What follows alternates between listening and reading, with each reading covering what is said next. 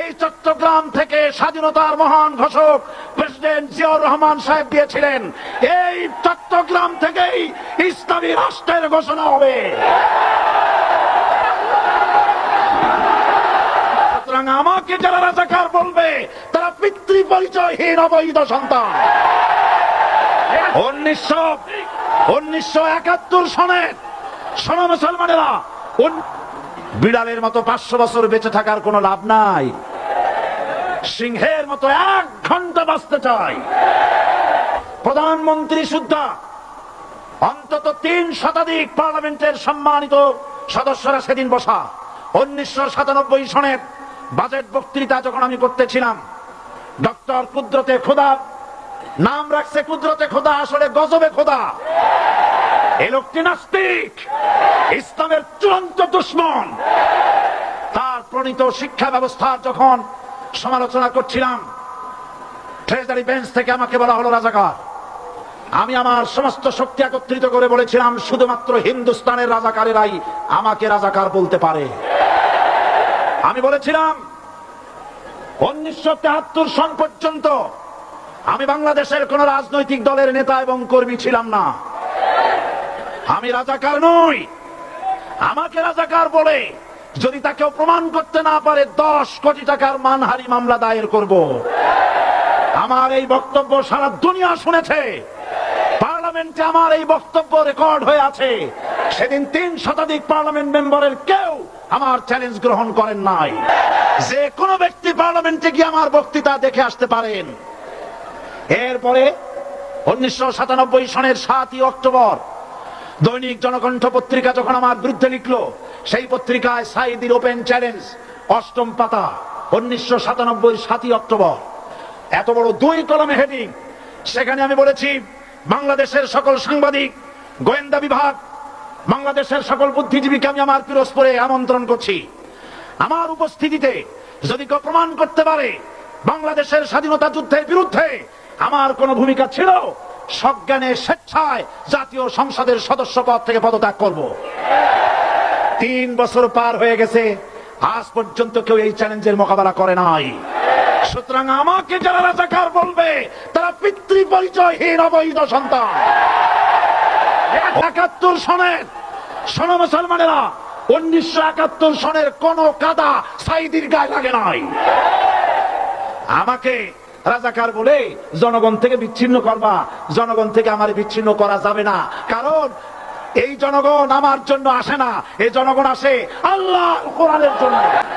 আর যারা ইসলামের কথা বলে, তারাই রাজাকার, তারাই মৌলবাদী। মৌলবাদী বললে আমরা অসন্তুষ্ট হই না, কারণ মৌলবাদী শব্দটা আসছে মূল থেকে। মৌল শব্দ এসেছে মূল থেকে। মূলবাদী তার মানে যারা মূলে আছে। মূল হলো কোরআন, মূল হলো হাদিস, মূল হলেন আল্লাহ, মূল হলেন আল্লাহ রসুল। আমরা আছি মূলে। এখন বলেন তো, মূলের শক্তি বেশি না আগার শক্তি বেশি? আমাদের যারা মৌলবাদী বলে ওরা হলো আগাবাদী। মূলে আছে কত কোটি? 12 কোটি। মূলে আছে কত কোটি? আর আমাদের যারা মৌলবাদী বলে ওই থাকো গাছের আগায়, আমরা মূলে। লাফালাফি বেশি করবা না। 12 কোটিতে গাছের গোড়া আসতে নানা দেবে, মামু বাড়ি দিল্লি গিয়ে পড়বা, বাংলার জমিনে জায়গা হবে না। এ কথা বিশ্বাস করো। বাংলাদেশের মুসলমানদের শরীরে 1 বিন্দু রক্ত থাকতে শয়তানের তৈরি করা ধর্ম নিরপেক্ষ মতবাদ বাংলার জমিনে কায়েম হতে দেওয়া হবে না, হবে না।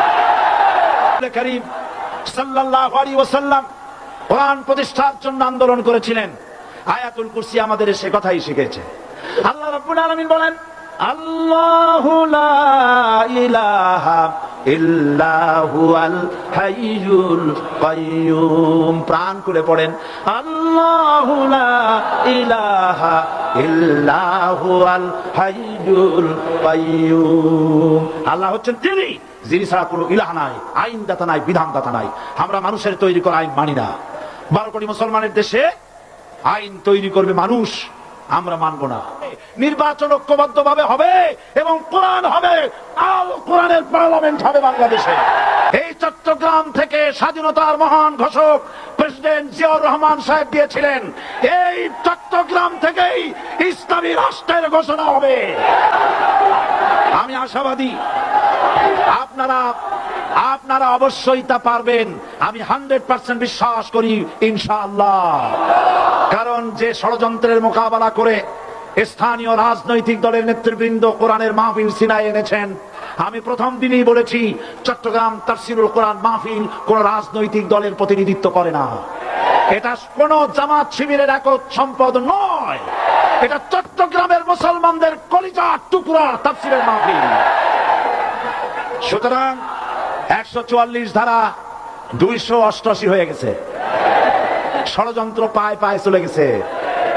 আমি ওই সব ছেলেদের বলি, সরকারি দলের ছাত্র হইয়া মুসলমানদের বিপক্ষে যাইও না। এদেশের ভাট আমাকে কথা বলতেই হবে ইনশাআল্লাহ, কারণ আগামীতে আবার আপনাদের সাথে দেখা হবে কিনা আমি জানি না, কথা বলতেই হবে। বসেন, কেউ দাঁড়িয়ে থাকবেন না। আমি দেখতে পাচ্ছি বাংলাদেশের ভাগ্য আকাশে উত্তর গগনে কালো মেঘ জমা হয়েছে, ঝড়ের পূর্বাভাস লক্ষ্য করছি। যদি মোকাবেলা করতে না পারেন সক্ষম ভাবে, এমন অন্ধকার গাঢ় কালো অমাবস্যার রাত আসতে পারে যার সুবে সাদেক হওয়া অসম্ভব।